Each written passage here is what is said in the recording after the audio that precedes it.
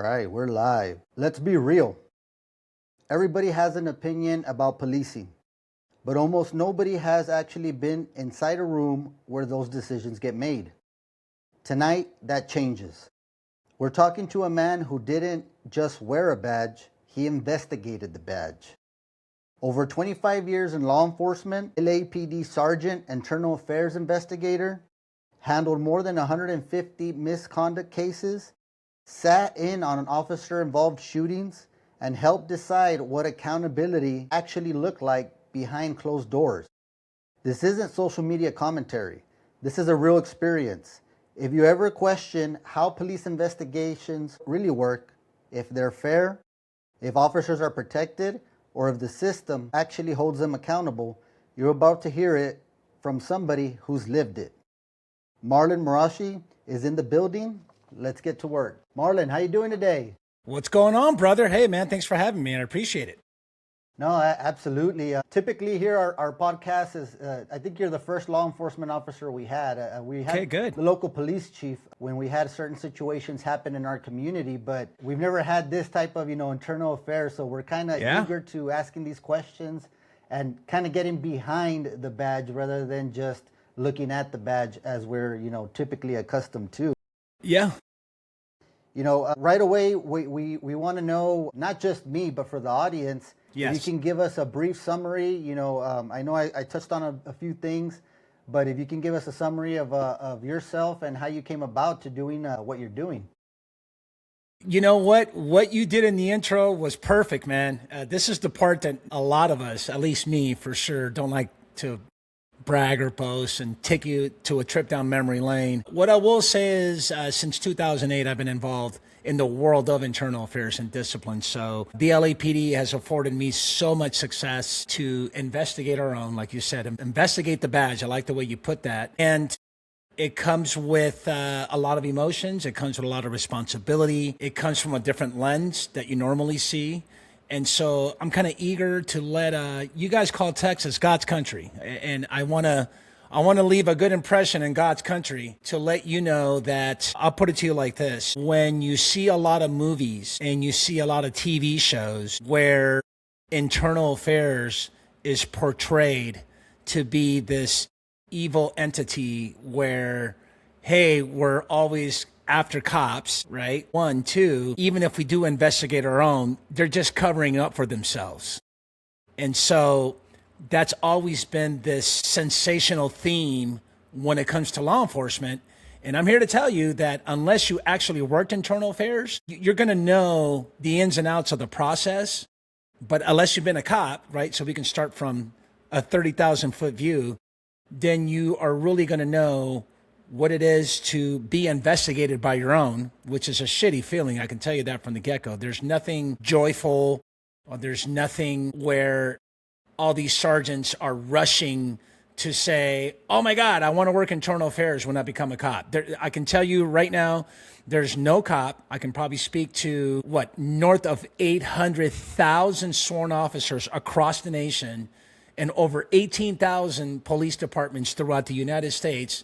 I can probably speak for the majority of them, but I can tell you that not many people say, when I become a sergeant, I want to go work internal affairs. So I'm here to let your audience know that there's this mystification of internal affairs. And let's hope that, we can get some understanding and have a good conversation about it, man. So thank you for having me. No, yeah, absolutely. We've been looking forward to this, and I know we were kind of trying to set the date and, back and forth. So we're glad we can finally get it done today. It's funny. I have my immediate family. They're all involved in law enforcement. I'm actually the only one that's not. I have a brother that's a customs agent. My dad was a customs agent. My mother worked for ICE. And me, I work for the county. So I work for local government. I'm a grant writer, a grant administrator for our local government here in Eagle Pass, Texas. But I'm curious because I know I always hear the stories from the family, right? Yeah. The internal affairs, that's what I want to know. I want to get to the nitty gritty. So you spent over 25 years in law enforcement, Correct. LAPD, internal affairs. What did that experience teach you that the public would never understand just from watching news coverage? That you never get to hear the full story. There is a motto that we follow certainly my colleagues in LAPD, which I'm certain a lot of agencies do, is no stone goes unturned. So when you investigate a public citizen complaint, so let's just say one of your family members or your friends right now today goes to the front lobby of a police station and says, hey, I want to make a complaint against Marlon and Isaac, and here's my version. And I'm here to tell you that a lot of it is frivolous, a lot of it is a misunderstanding, and there's some misrepresentation, and people like to embellish and say things that didn't really happen. You know, and that's because of several reasons. One is because society, from a 30,000 foot view, probably are not really pro-police. Certainly not pro-police today like it was 28 years ago when I came on in the academy. Shout out to July of 1998, 798. That's my class.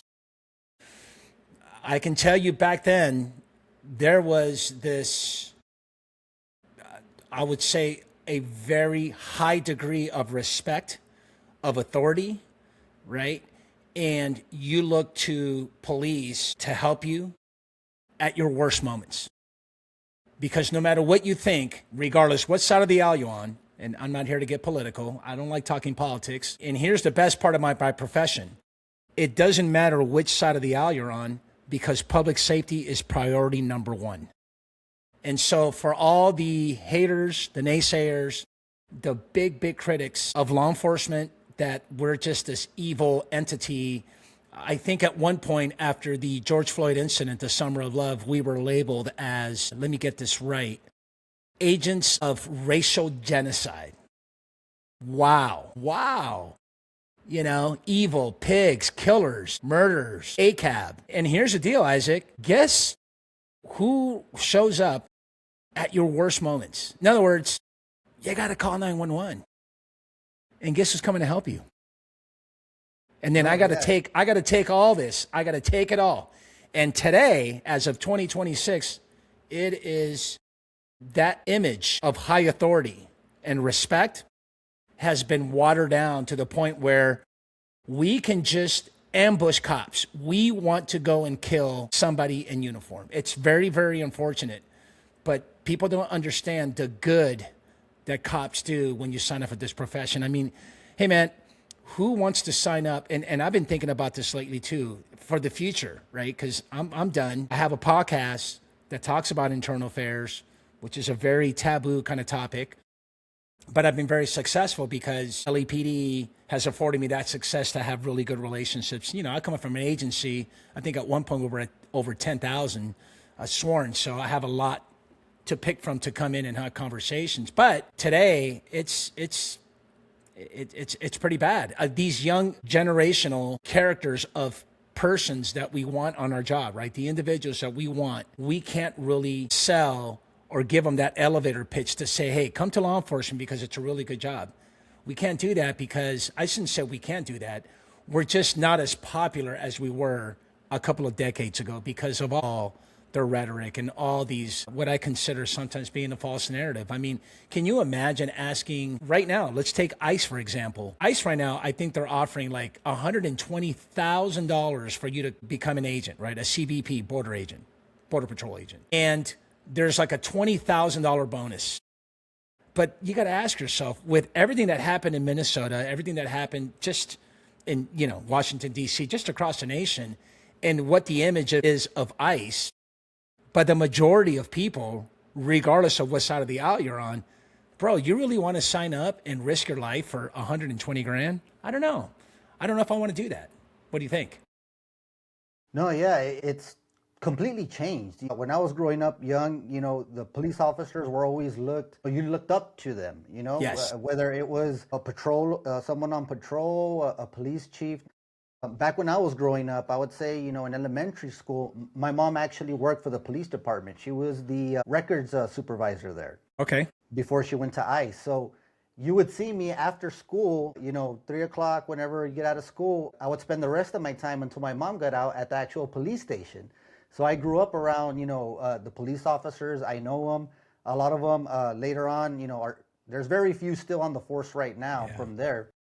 But they were young then. And the way that we're seen then to where how they're seen now. I mean, even here locally, don't even get in the big grand scheme of things like law enforcement in Minnesota, Washington D.C., as you mentioned, in Austin and all these different areas. There's a lot of people that don't respect the badge anymore.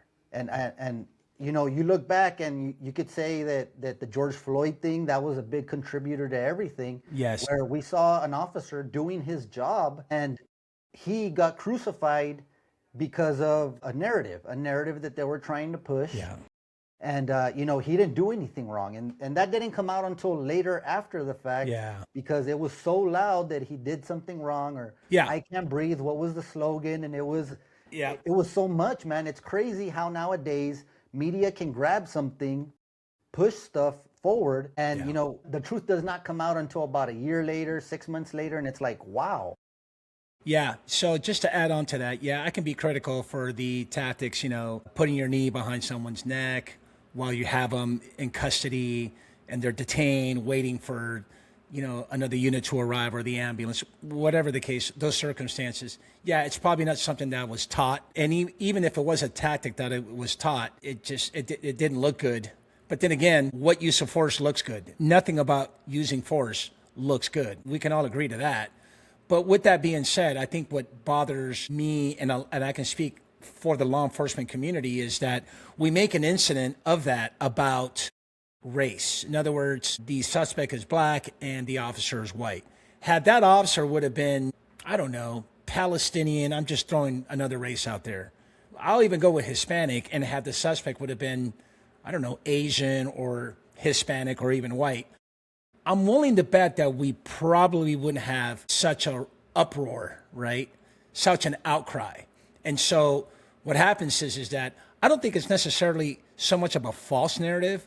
I think it's just a narrative that's just not, it's just very disrespectful. It's very inappropriate for the media to create a narrative. It's not false. I mean, the suspect was black and the officer was white. So we can't say it's false. But what we do is we just go down that rabbit hole and sensationalize it and make it seem as though that now that it happened in Minneapolis, guess what? It's happening all over the nation.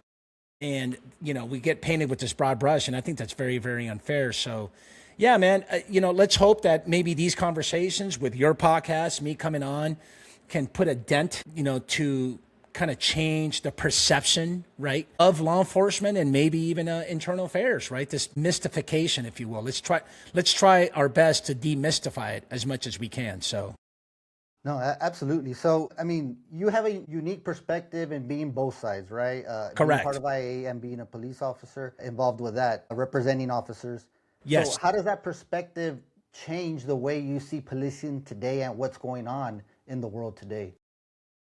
What I see today that probably what I saw back then, right? I've been removed for 4 years. I've been retired. This July will be 4 years.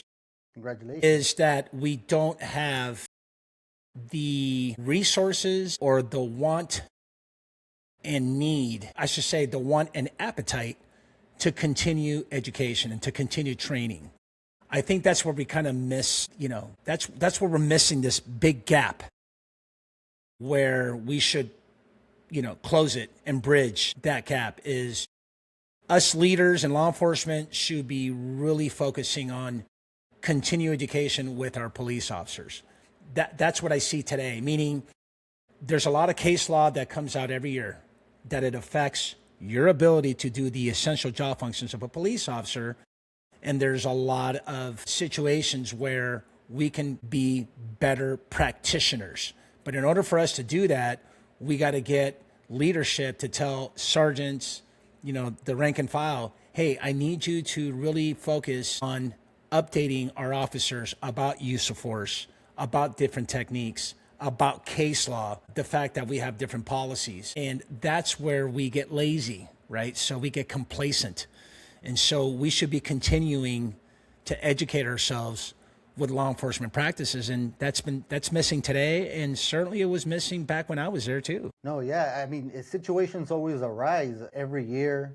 New things come about, keeping up with the times. I mean, I could only imagine. I know there's so many things that, when a police officer pulls somebody over, there's so many things that could happen. 100, 1,000, so many things. And introducing training is what, a lot of the times keeps officers alive, especially in Correct. today's world.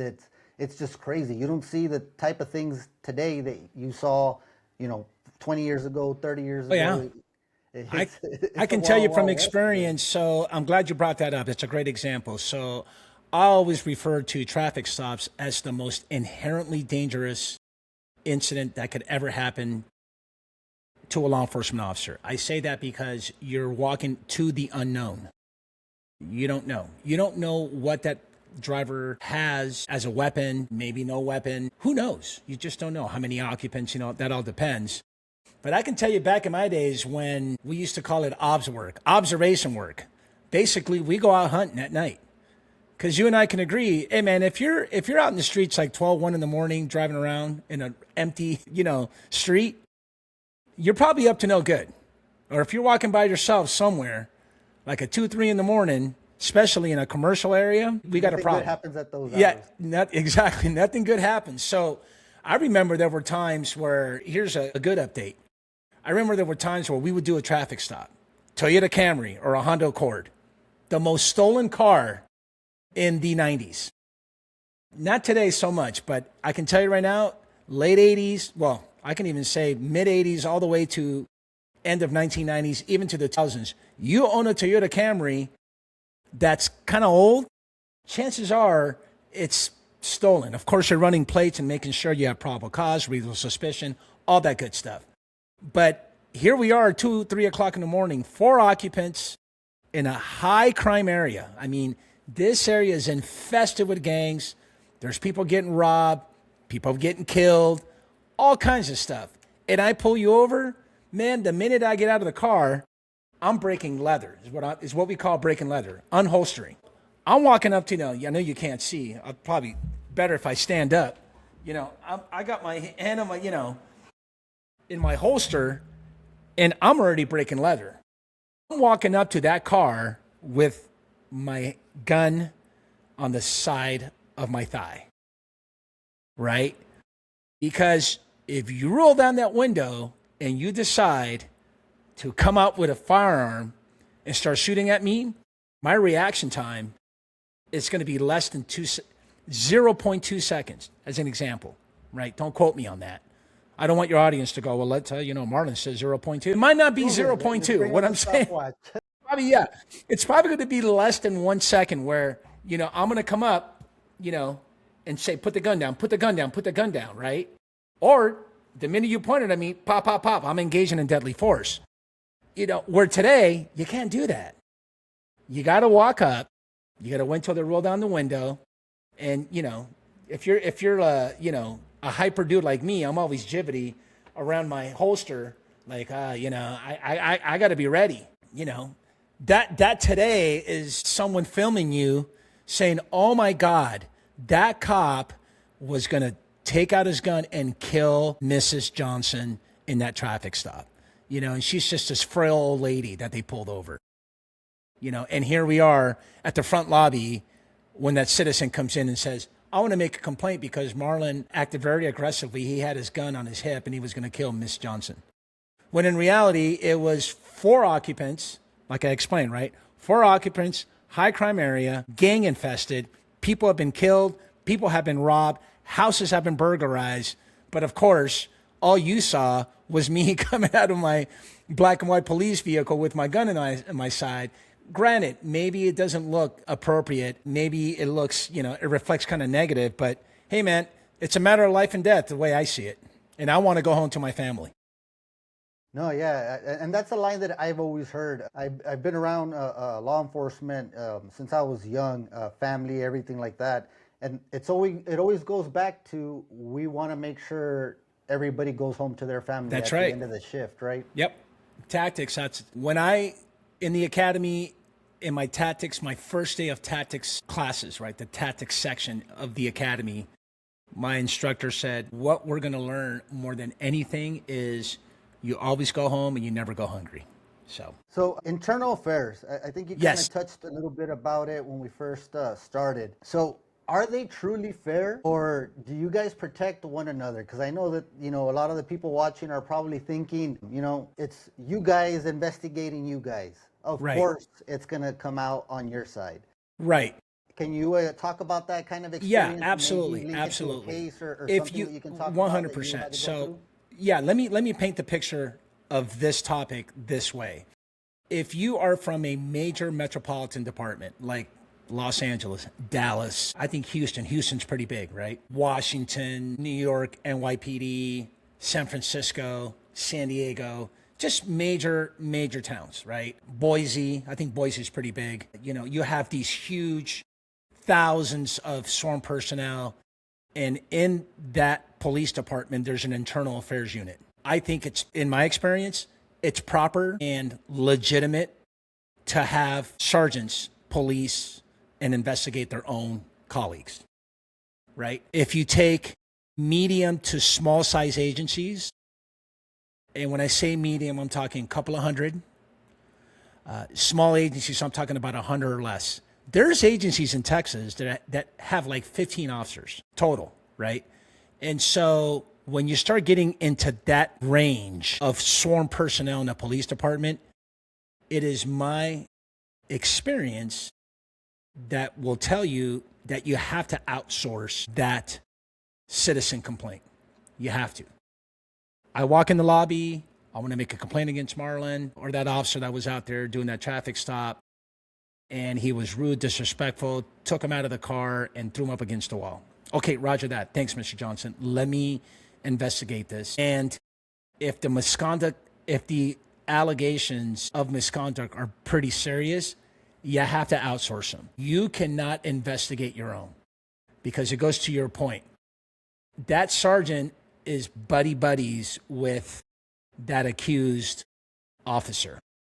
And the chief knows everybody, and you're putting the chief in a really bad predicament, because if the chief does want to impose penalty, let's just say it happened, it's sustained. These allegations are sustained, which means that it occurred. Now we're talking about penalty. I have to recommend a penalty. I got to punish you for that traffic stop where you were rude, disrespectful, et cetera, that chief is under the pressure that he wants to do it, but guess what? City council or the mayor, because it's such a small town, is going to tell that chief, well, you know, the person you pulled over, Mr. Johnson, you know, he's been my buddy all these years. We play golf together. He's part of the PTA. We go to school. I know his kids. Hey, chief, why don't you just kind of give him a little break?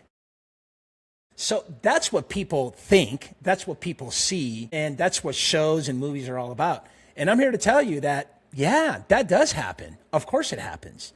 And so what I would say is, if you're going to be fair, impartial, reasonable, and equitable and legitimate, outsource that complaint if you come from a small to medium-sized department. But if you're from a big metropolitan area, just make sure that when you sign up to be an internal affairs investigator, do it for all the right reasons. Don't be self-serving. Really do it for, hey, I want to investigate the truth. I need to get to the bottom of the truth.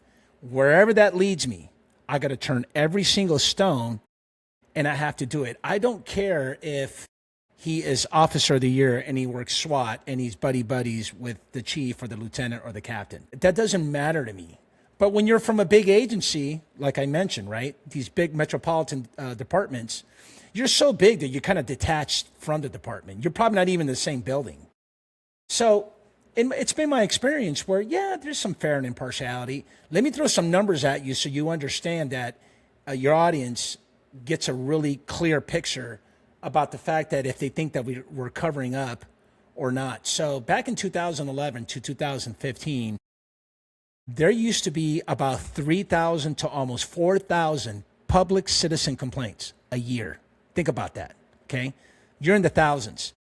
97% of all those complaints that were made by the citizens were deemed to be unfounded. The outcome was unfounded, meaning that it didn't happen. So what the LAPD does is send you a letter. Using the example, Mr. Johnson, here's a letter, and it gets mailed to you. Now, I can tell you from experience that all the cases that I investigated, and that there have been I'm getting tongue-tied here. Sorry. There has been about hundreds. I can't name how many, but let's just say hundreds of cases that we deemed the outcome to be unfounded. It didn't happen. And we sent off that letter. Not one citizen has ever called me. And in that letter, it says, if you have any questions, please call me to talk about it, to discuss it at all. That's funny. Yeah. So you know what that tells me?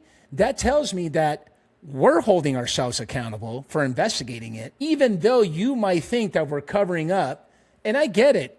Even when you make the complaint, you're probably driving back home telling your family at a family dinner saying, yeah, you know what, this cop was rude at this traffic stop. He gave me a ticket. But even if I call they're just going to cover themselves up. Just go through the motions. Okay, even if you thought that, you know what, pick up the phone and call me so we can talk about it. Maybe what you saw in your mind, your perception, what you thought is completely different than what the officer was doing or what he did, his conduct, right? And guess what? We have body-worn video, which means that we can investigate right there and then within hours. Hey, go dock your body-worn video at the station. I'll watch body-worn video. You know what? That never happened. Yeah, it was probably maybe a little rude, like to get you out of the car. But he told you like 10 times to get out of the car. As a matter of fact, you didn't give him the license. That's like the go-to thing with citizens. They just love challenging the police. When the police tells you, can I see your driver's license, insurance, or registration? You're like, no, I'm not going to give it to you. What did I do?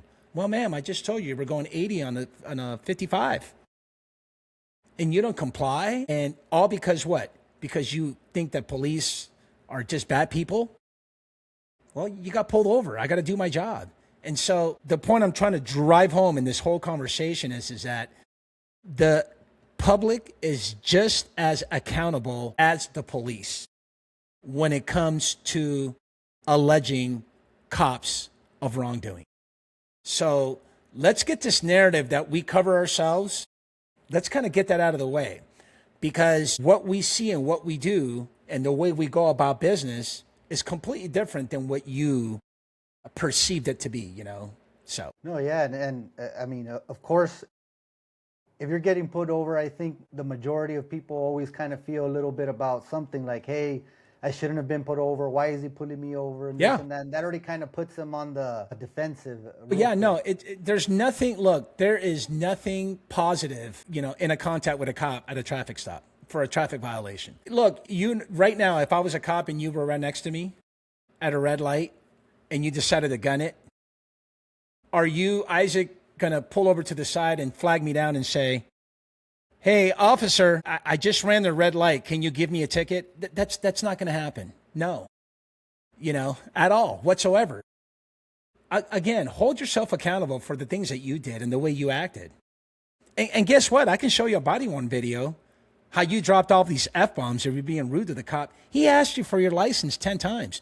As a matter of fact, you took it out of your wallet and your window was rolled up, which, by the way, he asked you to roll it down. It's the law for you to identify yourself, right? In some states, it is. Like if you don't identify yourself, you've turned a traffic violation, a traffic infraction, into a misdemeanor arrest, into a misdemeanor crime that was committed in your presence. A lot of people don't know that. A violator of a traffic violation can easily turn this infraction, speeding, not stopping at a stop sign, not having your seatbelt, talking on the cell phone. All those are just minor infractions, things that you're going to get cited for, and you can contest my judgment, my opinion in court, right? We can do that in court. But the minute you say, I'm not going to give you my ID, I'm not going to identify myself, you have just turned, you meaning you, the violator, the driver, have turned, right? Now we pretty much transitioned from an infraction, violation, into a misdemeanor crime. And so now you leave me no choice but to do my job and arrest you. I got to effect an arrest. And I'm sure you know this because you're a family of law enforcement. Use of forces, they don't look good, man. There's nothing that looks good when you're trying to drag someone out of a car, break their window and take off their seatbelt and yank them out of the car. You can teach me that technique 100 times, and all 100 times it's gonna look bad. No, yeah, it always looks bad whenever the news runs those videos on. Yeah, and then everybody's filming. Oh my God, look what the police did. Okay, but you forgot the part where I asked her 10 times. And then now for you her can't license. get away with anything these days because you got the cell phone, you got the body-worn cameras on them, and everything's available. I mean, and then with social media, everything travels so quick now that you can be in California and we'll find out about it in Texas in less than 2 minutes. I love the part where they say, "Well, I'm recording this," and then the officer says, "I got my body-worn video on too." So, okay, great. So with Internal Affairs, can you take us, I guess not too long, but a brief step-by-step of how an Internal Affairs investigation would start and what kind of steps you kind of progress through up until the final determination? Very good question. So you have the intake phase, you have the investigation phase, and you have the adjudication phase. You walk into the lobby of a police department and you want to make a citizen complaint for whatever, traffic stop, officer was rude, disrespectful, had an attitude, or, took me out of the car, used force, all that stuff, right? And so a sergeant should greet and meet the complainant, right? The citizen complainant, and turn on their body-worn video and record this intake. So you're going to do an intake face sheet. Get all the information. Lock them in on a statement. Ma'am, sir, please let us know. I'm going to go ahead and record. Today's date is, April 12, 2026. It's 3:55 p.m. I'm here with Mr. Johnson, who had a traffic stop a couple hours ago around 4 p.m. And the officer was Marache, Officer Marlon Marache, who pulled him over. And I believe you're stating that he was rude, disrespectful, and didn't act in a professional manner. Is that right, Mr. Johnson? Yes. Okay. So why don't you go ahead and walk me through what happened from the time that he pulled you over. So you get that whole story. So that's the intake. You go to the computer, you have a software system, you upload, or you can actually have them, if you have a form, lock them in a form statement, both. Grab your body-worn video, download it, right? Upload it into the software, put your notes, all that good stuff, and then that particular complaint ends up in a sergeant, majority are sergeants, who is going to be assigned to actually investigate. Now, if you do a very good job on the intake, then you don't have a lot of follow-up investigating to do. So that investigator, because now it's at the investigation phase, is going to pretty much exhaust all avenues of investigation. He's going to go out to the scene where the traffic stop happened, canvass around the area to see if there's any evidence of video, maybe witnesses. I would even put out like public media, right? Say, hey, if you were in the corner of walk and don't walk, and you saw a traffic stop, please send us any video because, everybody's filming whatever, So track down and do very, very good job with lining up all your witnesses as much as possible. So what you're going to do is, as an investigator, is you're going to investigate all witnesses. If an additional unit showed up at scene, you're going to interview that officer or officers who showed up at scene. And then ultimately, the last person that you're going to be interviewing is the accused officer, right? The accused employee. And so you compel them, right? You're ordering them to participate, right? To give us a statement. I shouldn't say participate. You're actually ordering them, compelling you that you have to. Because if you refuse to not obey by this lawful order, right, compelling you to do this interview, then you could be looking at charges of insubordination, and the chief can remove you from your job. So you don't want that. So guess what? I'm ordering you to do it. And so you do. Now, before giving that order, you can ask the accused officer, hey, would you like to give a voluntary statement? And 9 times out of 10, you don't want to give voluntary statements because those voluntary statements can be used in any other subsequent criminal proceedings or any other proceedings, but mainly criminal proceedings. So you compel me and I ask you a whole bunch of open-ended questions about, hey, tell me what happened to walk and don't walk. You're being accused of rudeness, unprofessional, disrespectful, inappropriate comments, all kinds of stuff. And you try to treat that person with respect, dignity, right? And be fair. Don't make that accused officer feel like they committed, like this heinous crime. Just be very comfortable and reassure them that you are going to investigate this fully, right? Turn every single stone. Once you're done with that investigation, you're going to create a summary, right? Paraphrase the audio because you're recording that compelled interview, and then you turn it all in and it gets into the adjudication phase. So now the lieutenant, the captain, and ultimately the final decision maker is the chief of police. Someone's going to present this case to the chief so that the chief can render a fair, reasonable, equitable decision. Just not only the decision, but also a fair and equitable, reasonable penalty recommendation, whatever that is. And there you have it. And then once that's done, the officer gets served. And this all has to happen within a 1-year period. So there you have it. That's a time frame, 12 months. 12 months, yes. What is the most common, the cases that IA takes up? Is it? I know someone walking in, and stuff like that. an individual walking into the police station to make a citizen complain about a traffic stop or a misunderstanding or, a service call, a supervisor request. People make complaints about cops. You can only imagine, bro. You name it. And it's always because it just didn't go their way. For the most part, I'm not going to say, look, some cops can be very stern, man. Some cops can be very rigid, stern. Ma'am, I need to see your driver's license and registration. Right? You can't be so cool and be nice, because if you're too nice, then it's inappropriate. But if you're too stern and hard, right, firm, then it's very rude. So there's no winning how you dispose yourself, how you conduct yourself, your attitude, your approach, your delivery. You got to work on that. But that's not misconduct, bro. That's not an IA. Just because you were very firm doesn't mean that you were rude. It happens all the time. So it's really hard to say what's common, besides the fact that a lot of people love to make citizen complaints and walk in the lobby and do that. I guess that's how it goes, right? So you've handled also officer-involved shootings. Officer-involved shootings. I worked at Officer Rep Section, which is a unit comprised of sergeants, majority of us, and we would respond to all police shootings. OIS is what we call them, officer-involved shootings. And so the attorney gets paid the big bucks to represent the shooting officer or officers, depending on the circumstances. And then us reps get to prep and prepare all the percipient witnesses that actually saw it, heard it, and was involved, substantially involved. We have to do all the compelled interviews with internal affairs. So I work both sides.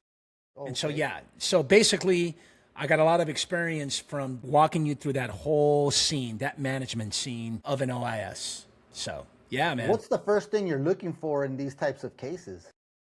Well, for one is you want to watch body-worn video to see how it went down, right? For the most part.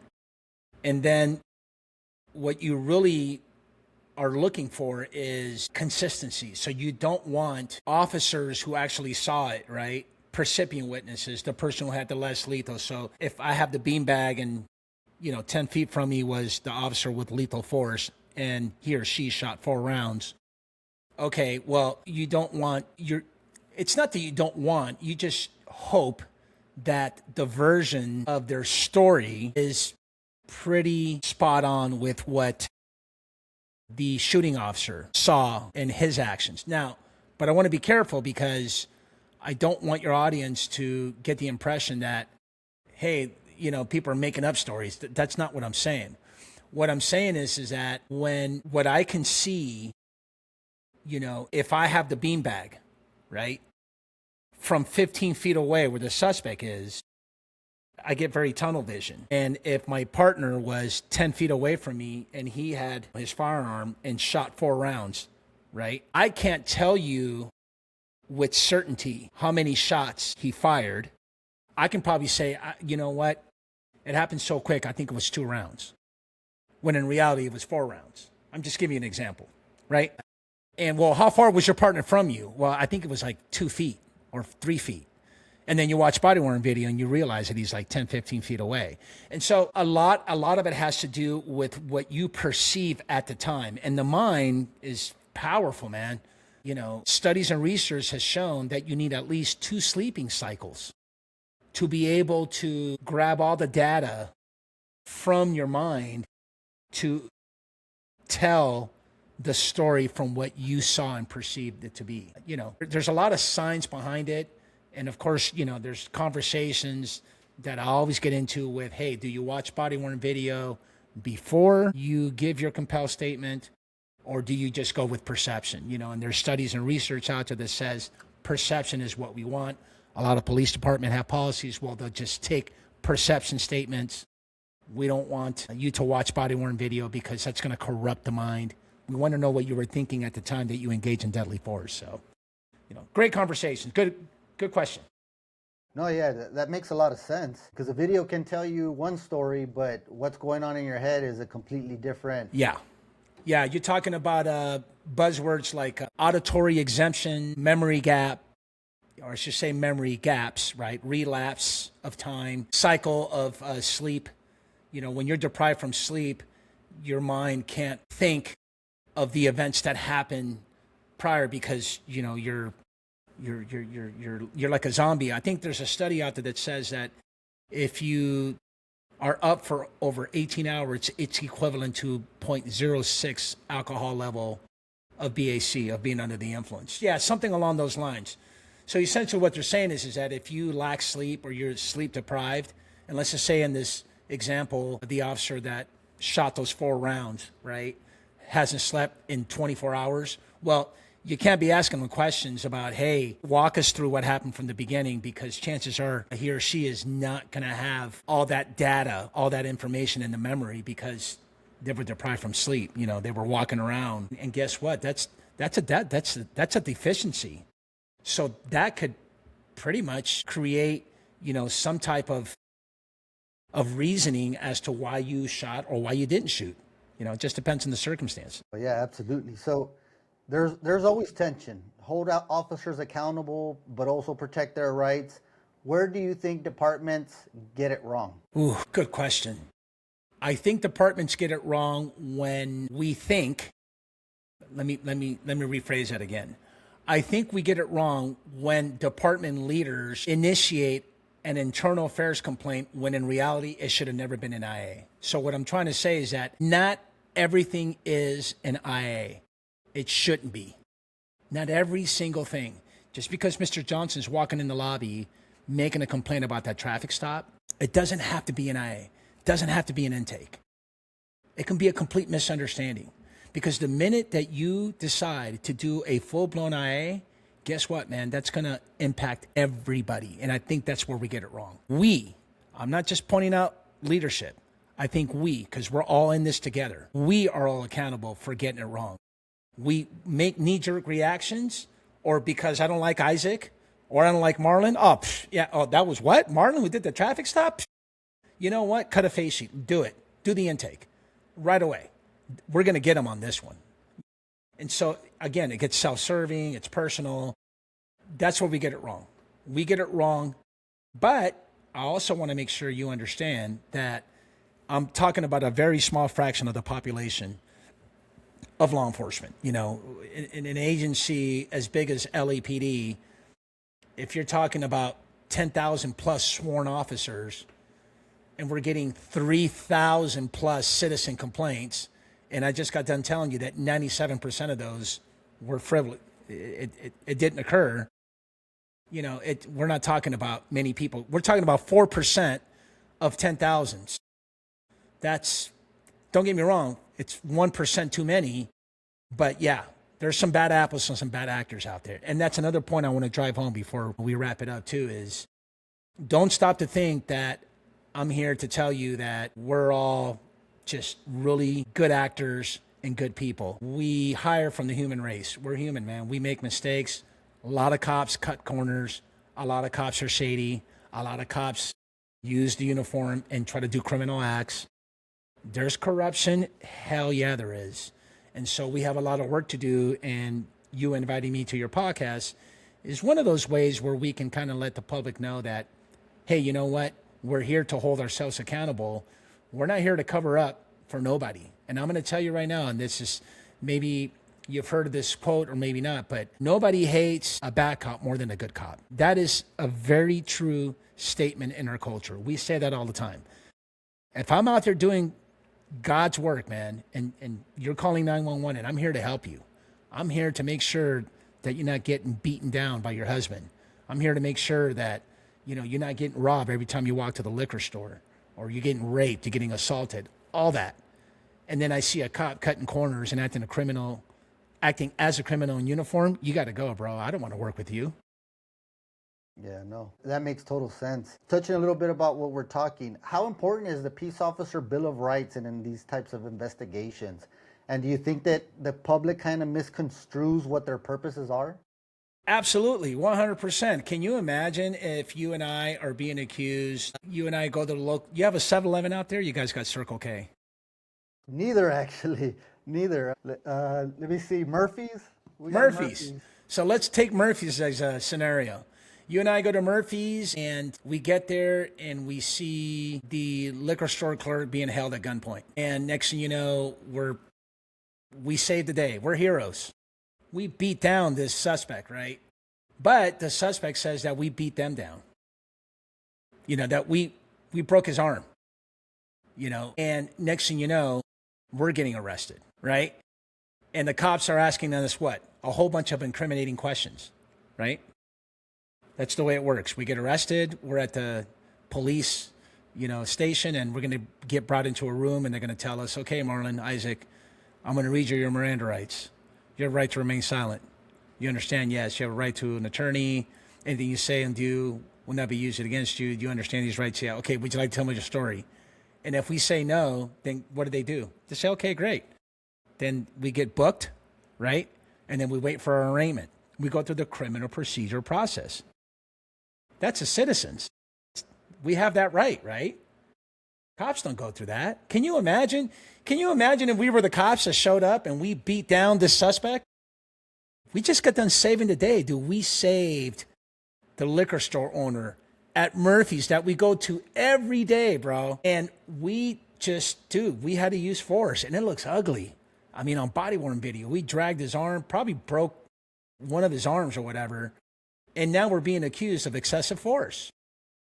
So now you're being called into the chief's office, and the chief's asking you all kinds of incriminating questions about that, and you're like, well, hold on a second. He held him at gunpoint. What are you talking about? No. You guys used way too much for it. It was excessive. You know what? We're going to send you home, and you're going to pen this internal affairs investigation. But you didn't tell me that. Hold on a second. You mean this whole conversation, you didn't even tell me that you were going to do an internal affairs? Shouldn't you wait and not ask me questions about what happened? Because now you're going to use that as the weapon to get me in trouble, right? You're going to jam me up, and the point is that if you know your peace officer's Bill of Rights, you should know as an officer that if you're going to be called into the chief's office and that chief is going to ask you questions about what happened at Murphy's, I'm not talking. But the culture is what? Yeah, let me tell you what happened. And then all of a sudden, everything that you said is going to be used against you in your internal affairs complaint investigation, when one of your rights is what? Is that you have to be provided representation. That's one of many rights. That's a basic right. And where's my due process? Hold on a second. Now you're going to give me suspension and where do I get to be heard, right? Where's my due process? So yes, it's super, super important. And the public has no clue whatsoever. So, and kind of piggybacking on that topic. So can true accountability exist without damaging the morale inside the department? And yes. How does that look like? Yes, and it looks like being a good communicator, making sure that the buzzword, right, transparency, that we are transparent with every single action that we do to our officers. If I was chief for a day from a small agency and you did some serious wrongdoing, I'm probably going to gather everybody up in roll call and tell everybody, hey, Isaac over there is being investigated for some wrongdoing. Wanted to let you guys know so we don't start all these rumors. It happened at that traffic stop. Mr. Johnson saying that, Isaac was rude, disrespectful, and that he used force excessively. That's all I can tell you. I'm not going to tell you anything else, but I want to stop the rumors now. Rest assured that we're going to investigate all this. I'm going to outsource it to a law firm. Actually, we're going to outsource it to Marrache Consulting and Investigations, right? That's my website. That's my consulting firm. We know that Marlon's going to be very fair, impartial, equitable, reasonable, and it's going to turn every single stone. And we wanted to let you know. That way morale knows, okay, now I know what's going on. You can talk to Isaac, ask him all kinds of questions, make sure you're there for him, go have a beer with him, continue to do what you got to do. Don't leave Isaac in the island all by himself in his darkest moments, because this can be a very lengthy process. And if truly that's probably the punishment, is that he's waiting around for this process to end. And so then what I would do is I would tell my sergeant or that firm, that consulting firm, Marache Consulting and Investigations Incorporated, and tell them, hey, try to expedite this as possible. Let me know, and walk them through the whole process step by step and let them know. That's what you do. You communicate and you are transparent about the whole process. Doesn't mean that you have to tell them, all these things that are happening in the case. You just got to keep them informed about the entire process. Now, sticking with that, transparency now has been like the buzzword, as you mentioned, everywhere with anything.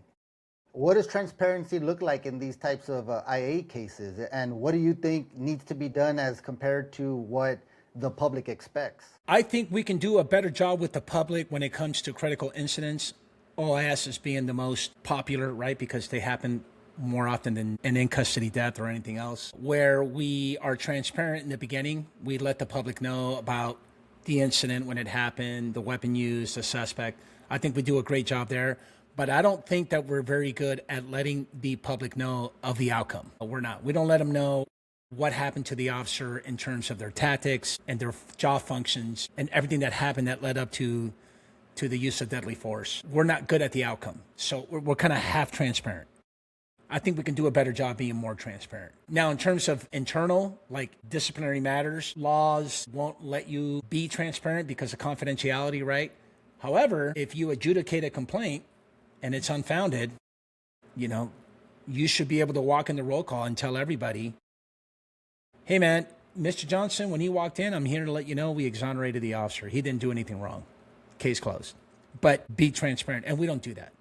We as leaders, so I'm going to hold the leadership, the administration, accountable for not being transparent with their own rank and file, their own people.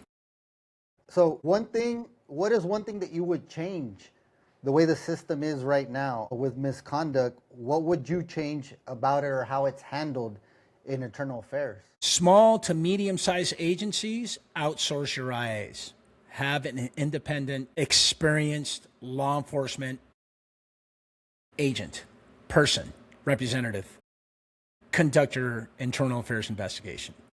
That's what I would change. For bigger agencies, you need to have more checks and balances. Don't be lazy, and make sure that if we're going to be alleging that an officer is a liar, if we're going to be alleging that an officer committed perjury, or the officer has given the investigator misleading statements, so that's pretty serious. To call a cop a liar, let's make sure that we have our ducks in a row, that we get it right. Because if we don't, it's going to just crash morale. It really, really is. So that's my advice. Where do you see the future of policing going over the next 5 to 10 years? I know it's recently changed dramatically ever since, certain events have happened. What do the next 5 to 10 years look like? I think AI is going to take over, bro. I think it's great. I saw a video the other day of Axon. They have the new Axon body-worn videos have a bot. I think they call them A-bot. I forgot what they call it. But you can actually push the button and ask your body-worn video, Axon, Hey, what's my location right now? And it will tell you. Okay, I'm here on a call, on a domestic violence call. What is the latest laws in the state of Texas as it relates to a domestic incident? And it'll tell you. Amazing. I think that's great. Drones, super good. That's good stuff, bro. Can you imagine going into a critical incident, a barricaded suspect, someone who just got done killing a family member inside the home, and then we know, right, we have knowledge to believe that the only person barricaded themselves in there is a suspect with an AR-15. Okay, cool. We get there, and all of a sudden you send a drone to orbit and get a really good geographical 30,000-foot view, bird's eye view of the location, the spread, so we know how we're going to deploy. I mean, all that's good stuff, dude. You know, infrared lighting, you know, okay, so he's on the east side of the second bedroom, tucked away on the northwest wall with an AR-15. You know what? We can see that AR-15, you know, I mean, that's really, really good. So that's where I see the future where, you know, autonomy, I mean, AI is good, bro. It can be good for a lot of reasons. I just gave you two. And so that's where I see the wave of the future where we can use some really good tools that I didn't have when I was on patrol that can definitely help us. So No, yeah, and I can see how you mentioned about, you know, talking to the body cam about the location. yeah, dude. I was seeing I can't remember the name of the show, but it's training officers with his trainee. They're driving around, and you know, all of a sudden she speeds up, goes through the streets, Yeah. and then asks him, "What's your location? Where are you at?" And the guy's like trying to remember the streets they're going through, and then, okay, what happens if I get shot? How are you going to be able to radio in your location to have the ambulance here to save my life? And you know, the trainee was like, "Wow." So the whole Yeah, go thing, check and it I can out. imagine that's difficult. Oh, dude, if you go to, I think it's on Instagram. All you got to do is go to Axon. Go on Instagram or YouTube, Axon, and you'll see a reel where the CEO is doing a presentation. And he's got his body worn on him. And he says, hey, bot, what's my location right now? And then can you tell me the latest law in the state of Wisconsin as it relates to domestic violence? And it tells you. Oh, man, it's just, I mean, that's good stuff. I'm not against all that. I think that's great. Yeah, you can do your research on your own. And, of course, you got to vet that, right? Make sure you do checks and balances with your bot, you know, with your AI. But you're probably asking the wrong person, dude, because I love Grok. I'm a Grok fan, bro. I'm a Grok freak. I love it. So. Yeah, I usually use Grok, a little bit of ChatGPT, Gemini on my phone. I have an Android, so I use that. Mostly just to set up schedule stuff in my calendar. It's a lot. Yeah. I mean, there's no going in, having to write or text or anything. Just, hey, can you schedule this podcast 6 p.m. with Marlon Marache? And there it is. Well, I mean, we're kind of out of questions. I mean, you did a real good job. We're not out of questions. We had more, but I think you explained everything so well that you kind of check marked some of these questions we had. I don't know if for the public watching, our audience, it's gonna watching this now and it's gonna watch it later on tonight, tomorrow. What do you want them to understand from this conversation? That we have a lot of work to do in our profession. There is corruption.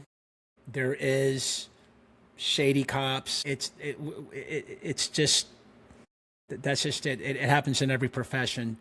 And so just, you know, have an understanding that we're trying our best to get rid of bad apples. That's what I want your audience to know. And don't believe everything that you watch in the news. The media will sensationalize and give you a narrative that will make you believe that all police officers are bad. We're bad people. But you know what? You got to call 911. And guess who's going to come help you? That's the honest truth. For all the people who think that defunding the police, that we are this evil entity, and the ones that just say, I don't need the police, I'm going to call bullshit on that. Yeah. If you're driving right now and there's a road rage, someone on a stop sign on a red light comes up to your window and wants to beat the brakes off you right now, you know what you're going to do? You're going to call 911. You know, so I want to be honest with the fact that, yes, there is corruption. Yes, there's bad apples. But at the same time, know that it's not an easy job. Not everybody wants to sign up to deal with crisis. We are always in people's crisis. And guess what? It's people that we don't even know. So just be flexible. And if I may plug, speaking of crisis and incidents, I do have 2 YouTube channels. The one I told you about, the Marlon Marache show, Truth Behind the Badge, is me inviting all my guests for a really long conversation about internal affairs, about their journey, and police functions. Great show. We're at 1.7 million views, just a little over 2 years, with over 260 guests. I'm blessed to have that. But I also narrate a reactionary YouTube channel called the Marlon Report, Marlon Report, where I break down incidents. So if you like to watch like the crazy Karens, you like to watch a traffic stop gone bad, you want to watch, I think the one I just had was this lady was going home. Was she going home from Vegas? She was in Nashville, and she called it Nash Vegas. So I made a comment about what happens in Nash Vegas stays in Nash Vegas. And she actually had one too many glasses of wine before trying to board her plane. And she was on the A list, and it didn't go well. And she ended up getting arrested. And so it's stuff like that to give the public, and the audience, and the majority of watchers and subscribers are the audience that love to watch, to see what police encounters are like, man. This is what we do on a regular day. So I definitely would love to have you join me as I narrate this video on the Marlon Report. So thanks for having me, bro. I really enjoyed this talk. You got my info. You can call me anytime you want, anything you want to talk about. If something in God's country, because a lot of stuff happens in God's country, if something gets viral, don't hesitate to give me a call. We'll jump on a call and we'll talk about it. No, yeah, I'm going to hold you to that. I was just Please. thinking that, I was going to tell you we need to keep in touch just in case anything happens. We would like to break down. And I like the way you explain things and given your experience alone. I mean, you can give a lot of insight. I did binge on a little bit of your podcast. I didn't know about the Marlon Reports one. I'm going to look that one up. Yeah, it's the other fun. one, I touched maybe about 5 or 6 different episodes, kind of scrolling, see what caught my eye, and I was just listening, getting ready for our podcast here. And I really appreciate the work that you do. It's great stuff, especially coming from the background that you're able to provide the information and clearly break everything down for people. And then the guest you have on, awesome guest as well. Thank you. People that have experience and are knowledgeable. A lot of the times I think we get these podcasts where people just, hey, I do this, I do that. Well, how long have you been doing that? Well, I mean, like about 2 or 3 months ago, I started this podcast, and it's like, no experience behind it. And that's what we get a lot nowadays, but it's good that we have somebody that we can go back to now as the Maverick Times podcast. And we'll be following up with you if anything happens, especially if something happens here in our backyard. Hey, man, give me a call, bro. We'll break it down. Pick an incident. If it goes viral, you got my number. Hit me up, Isaac. It was a pleasure meeting you, brother. Thanks for inviting me. Likewise. Thank you for your time. Appreciate it.